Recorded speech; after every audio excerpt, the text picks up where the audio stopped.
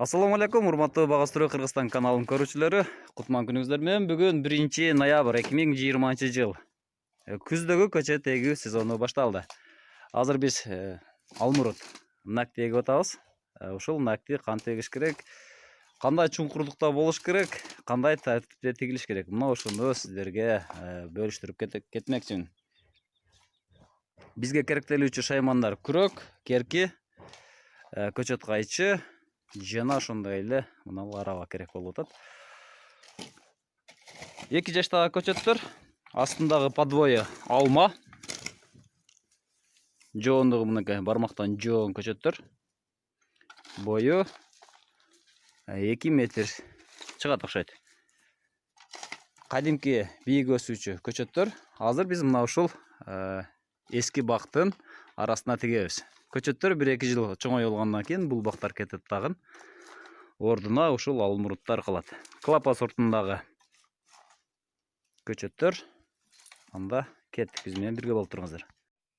Көчөттү тигүүдөн мурда тамыр системасына көңүл буруубуз зарыл. Ал зыян тартып калган жерлери кыркып алып салынат. Мынакей таза немелер калынат. Көчөттү канча көлөмдө казыш керек? Көчөттүн тамырына жараша болот. Тамырдын диаметри канчалык болсо, ошол көлөмдө казылат. Белгилеп алабыз күрөк менен. Мына белгилеп алдык. Мына ушул жерди азыр казабыз.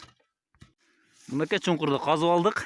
Чуңкурду казып алгандан кийин ичине гумус аралашкан 70% топурак. Мынакей арабага аралаштырганыбыз бул гумус. 30% гумус, 70% топурак. Мынакей. Азыр көчөттү салабыз. Көчөттүн киниги, башкача айтканда, уланган жери мынакей. Уланган жери күн чыгышты же болбосо түштүктү карап туруш керек. Ошондой эле шамалдын багытына жараша каршы коюлат. Мына домурайган ийилген жери бул шамалга каршы коюлат. Көчөттү түз кармайбыз дагы. Топурак менен көмө баштайбыз. Топуракты салгандан кийин жерге аба кирбеш үчүн жерди дебелеп чыгабыз.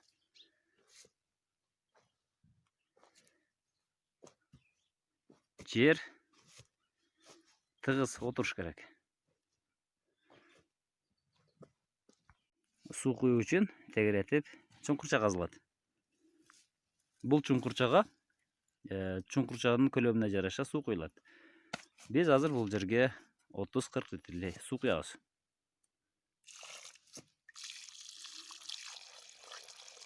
Суу жерге абаны киргизбейт.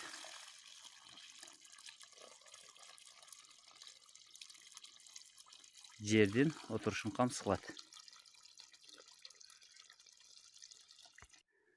Мына бул жерге 30 литр суу куйдук. Азыр эми кыркыш калды. Муну кайсыл жерден кыркуу керек? Бою 2 метр. Эгер муну жерден 1 метр бийиктик калтыра турган болсок, бул бийик штамптуу көчөт болот. Бийик болуп калат. Аны 80 см, 70 см кесе турган болсок, бул жерден анда бул орто штамптуу болот. А эгер муну 30-40 см жерден жогору абалда кесе турган болсок, анда бул жапыс штамптуу көчөт болуп өсөт. Муну быйыл кыркпайбыз. Анткени кышында суук таасир этиши мүмкүн. Ошондуктан жазында кыркабыз. Акыркы жумушу калды.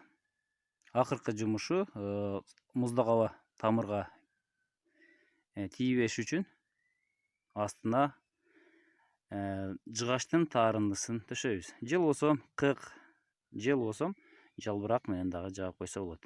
Мына достор, биз бүгүн сиздер менен күздөгү көчөт тигүүнү айтып кеттик. Күздө кайсы көчөттөр тигилет? Күзүндө семишке уруктуу көчөттөр тигилиш керек. Анткени алма, алмурут булар суукка чыдамдуу.